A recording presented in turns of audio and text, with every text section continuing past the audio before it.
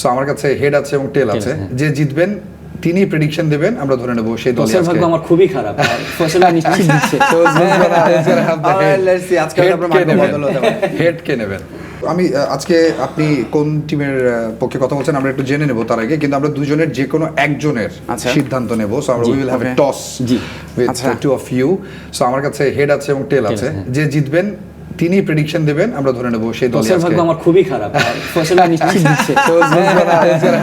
Let's see আজকে আমরা ভাগ্য বদল হতে পারে। হেড কে নেবেন? এনাম ভাই হেড নেবেন। Okay, we will have the toss now. দেখি আমার হাতে কি পড়েছে। আমরা তো টেল পড়েছে, আমি জানি না দেখতে পাচ্ছেন কিনা। টেল পড়েছে। আমি বললাম না। ফয়সাল তুমি জিতেছেন, কে জিতবে আজকে? ফয়সাল তুমি। মাই prediction goes to actually Australia শেষ পর্যন্ত।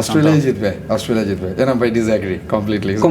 এবং আমি আমার টস হেরেও আমি এটা পেয়ে গেছি, রাইট? হয় না যে অনেকে ব্যাটিং ফিল্ডিং টস হেরেও পেয়ে যায়, সেরকম আমি পেয়ে গেছি আজকে। So my prediction will go with England. আমরা একটু ছোট্ট করে শেষ দিকে চলে এসেছি, ছোট করেই শেষ করতে চাই। টস জিতে ব্যাটিং?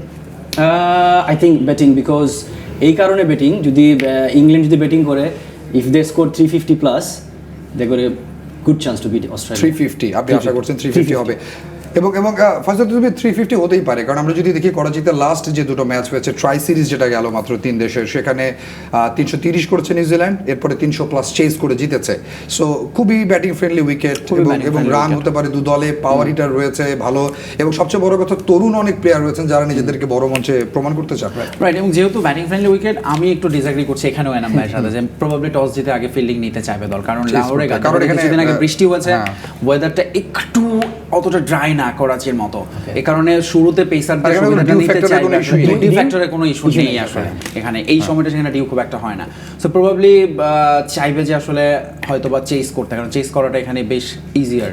আমরা অনেককে নিয়ে কথা বলেছি, কিন্তু একটা বড় তারকা হারিয়ে গেছে, যিনি 2019 সালের পর ওয়ানডে খেলতে ফিরছেন প্রায় 6 বছর পর, জফরা আর্চার। তাকে কিভাবে দেখছেন আসলে?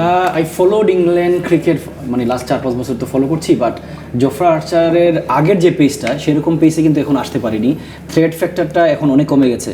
সো বা জফরা আর্চার থেকে ওদের কিন্তু বা আরও 2টা ফাস্ট বোলার আছে, দে বল 145 প্লাস।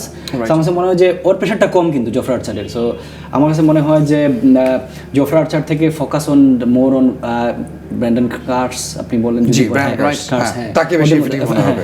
28 ম্যাচে 48 উইকেটের একটা স্ট্যাট আমরা দেখছিলাম। আপনি জফরা আর্চারকে নিয়ে যদি কিছু অ্যাড করতে চান?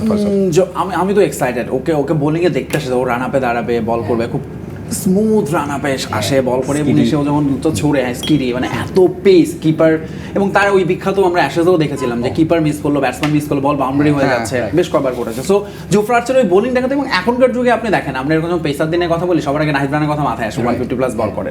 জফরা আর্চার হাতে গোনা কয়েকটা নাম কিন্তু দেখা যায়, তার মধ্যে one of the Jofra Archer, এবং তাকে তো দেখার জন্য আপনি তাকে অনেক কাছ থেকে দেখেছেন, কারণ জফরা আর্চার হয়ে ওঠার আগে বিপিএল খেলতেন, রেগুলার বিপিএল, আপনি দেখেছেন কাছ থেকে। So dangerous bowler. আমার মনে আছে যে একটা খুলনা খেলতে এসেছিল, যে একটা ম্যাচে ও এত স্মল রান আপ স্কিডি বাউন্সার মারছে এখানে ওয়েস্ট ইন্ডিজের একটা প্লেয়ার, এবং নিয়ারলি ও মানে একদম ও মাঠের বাইরে যেতে হচ্ছিল ওয়েস্ট ইন্ডিজে। সো হি ওয়াজ স্কিডি, এবং দেখতে ভালো লাগে ওর বোলিংটা। এবং আমরা তো দ্য টেস্ট একটা সিরিজ প্রাইমে দেখেছি, যেখানে স্টিভ স্মিথের বল মাথায় লাগার পরে, যারা দেখেননি নিশ্চয়ই প্রাইমে এটা দেখবেন। আজকে ম্যাচে জাস্ট ছোট করে বলি, আমি কিন্তু আসলে বোলিং এর যে দু দলেরই ব্যাটিংটা দেখার জন্য মুখে আছি, এবং ইনফ্যাক্ট এটা ব্যাটসম্যানদেরই ম্যাচ হতে যাচ্ছে। আমাদের প্যানেলিস্ট আজকে ছিলেন ফয়সাল তিতুমির, যিনি বলেছেন অস্ট্রেলিয়া জিতবে। প্যানেলিস্ট ছিলেন সাবেক ক্রিকেটার এনামুল হক জুনিয়র, যিনি বলেছেন ইংল্যান্ড জিতবেন। আমি বলছি ইংল্যান্ড জিতবে। এখনকার মতো বিদায় নিব। Powered by Gigabyte. আপাতত বিদায়, নিশ্চয়ই কাল আবারও দেখা হবে, এবং অবশ্যই নাগরিক টিভির পর্দায় খেলা দেখবেন। Take care.